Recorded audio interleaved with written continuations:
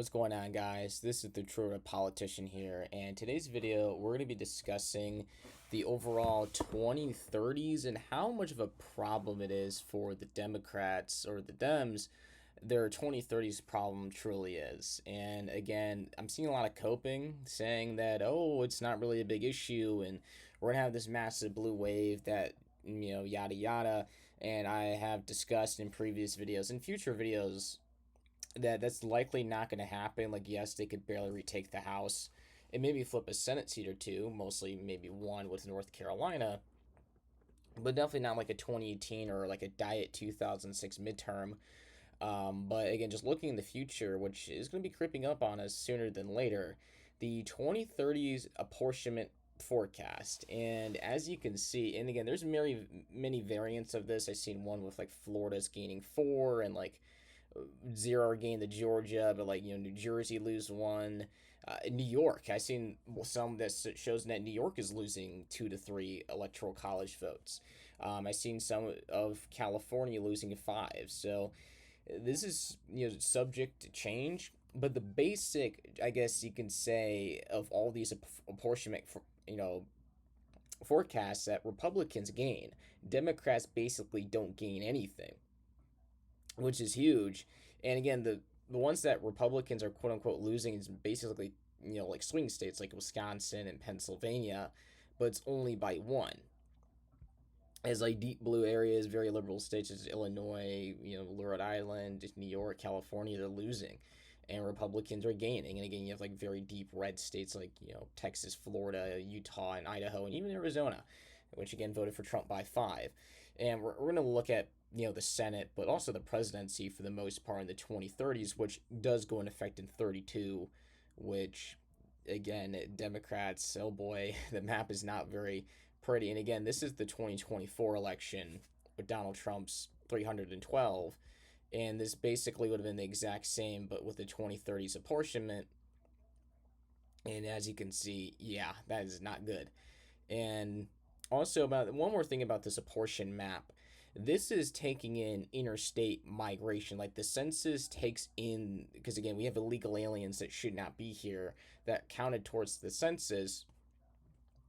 But most of this apportionment is from people for the last, well, I guess 5 to 6 years now, leaving. Like mostly American citizens for the most part leaving and moving to red states because again they're better ran and overall better states to live in, especially in Florida. But this is not taking into account, I believe it's not really taking into account illegal aliens being deported or self-deporting. Maybe the exception of Minnesota, maybe. But so what I'm saying is, if Donald Trump, again, we have basically an immigration moratorium. The border shut down. Immigration's not too much of a problem right now, at least in terms of illegal aliens sneaking into the country. Now, deporting them, that's a whole different story, deporting them.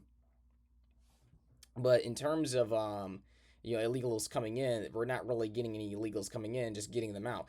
And again, the census, I believe, is not really taking into account of that possibility. So what I'm saying is California only losing four, that could go up to 5 to 6. Again, New York only losing one, could go up to 2 to 3, especially when more people are probably be leaving the state of New York because New York City is so poorly ran by Zoran Mondani. It's even worse.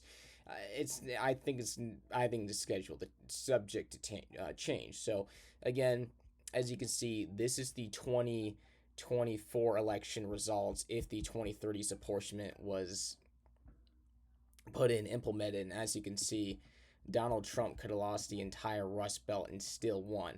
Now, the thing is, though, about the Rust Belt and just winning the Sun Belt states in the 2030s, well, Georgia's shifting to the left, so because the Atlanta suburbs, even though it rebounded to 24, it's still overall trending to the left. And as you can see, that's not enough. And if you want to say, oh, New Mexico, you're going to have to win more than that. Again, I feel more comfortable with like a narrow Pennsylvania than Georgia in the 2030s. But to be fair, if black boomers, unfortunately, which is a fact of life, I don't say glean it, but it's just the reality of black boomers, just kind of die off because, again, they vote Democrat like 95 to 5.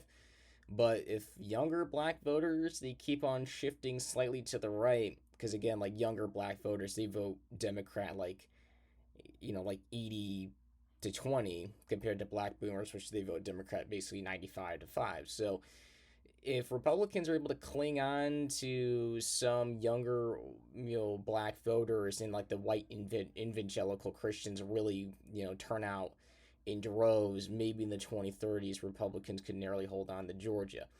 But again, so that's basically what comes to the presidential. I mean, just a disaster zone for Democrats. And again, it could get worse. Florida could gain 34 instead of 32. New York could be down to like 25. Like, the pit can go much further than it already is right now. Also, this counts as 4 House seats as well. And as you can see, Democrats basically lose so many House seats. And the funny thing is, again, the one in Utah, they found like a rhino judge that basically caved and made like a vote sink in Utah. But again, this House seat is going to be a 4-1, state in Utah in terms of House seats. Idaho, I don't think you can even draw a Democrat seat. So you're gonna have, I believe, 3 House seats, and Arizona is probably drawn into a red seat. Texas, at least out of the 4, probably 3 of them go Republican. Maybe they make a vote sink in like Dallas or Austin or something. Florida, most certainly, we're gonna be drawing red seats. Georgia, possibly. North Carolina is most likely too, but Georgia, Democrats have awful geography in Georgia, and like maybe they could somehow maybe draw a House seat in Atlanta, maybe like southern Atlanta somehow. But it's probably Democrats have bad geography. Even though Georgia's shifting to the left, you might be able to make that into a Republican House seat. North Carolina will probably make into a red seat. So you're talking about on net, 8 House seats, maybe upwards of 10. Just depends how many Florida gains. If it's 32 or 34, so again, just like, and again, you're talking about the 30s with this apportionment, but also Section 2 later this year, here in a couple months, the Supreme Court's going to make a decision on this, and I think they're probably going to strike it down. If I had to put a bet on it, it's like a 70 to 80% chance they strikes down Section 2. You're talking about on net, like Republicans gaining, I would say about a dozen House seats, mostly in the deep South. But the South as a whole, you're talking about like a dozen House seats. And also the House is on a knife's edge. Again, everybody's talking about like a possible blue wave.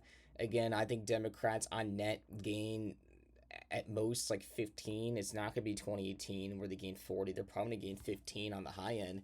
Maybe 20 if they're super lucky and they're winning generic ballot, but like D+8 like they did in 2018. But I really don't think that's going to happen. I think they're probably going to flip back the House narrowly, maybe by a dozen House seats or so, maybe a little bit less than that, 7 to 8, maybe 9, like kind of reverse 2022 at that point.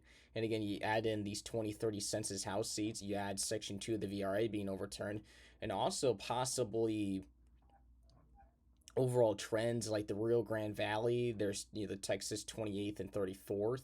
They're probably going to be Republican by the end of the decade if the basic trend continues. So, and again, maybe Nevada possibly having a massive dummy mander in the Vegas Clark County area.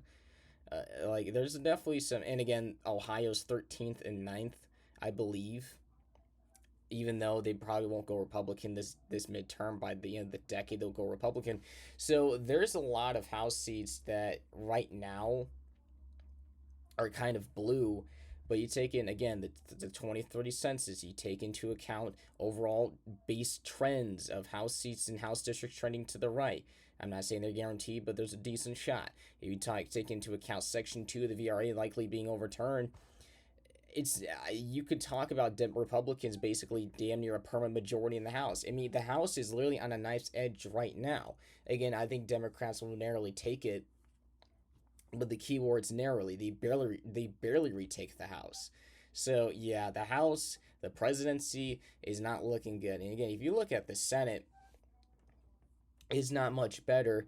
Again, if you look at that, the House, I mean, not the House, but the Senate seats elections, if you look up on Wikipedia or it's on Google, the House seats or the Senate seats, they're up for re-election in 26, obviously, but also especially 2028 and 2030, and possibly in like 32.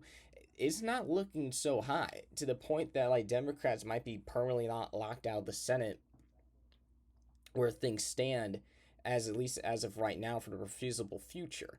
And the thing is too, is again like their party as like a brand, as a as like an image is just tainted. And I think it's gonna be like that for a long time because they're just an anti-Trump party. They're a very, and when they're not screaming about Trump and like the Musk Gestapo or the Nazis or whatever, all Trump bad all 24/7, they're putting up like these very woke, insufferable policies that nobody really cares besides like woke Reddit or something.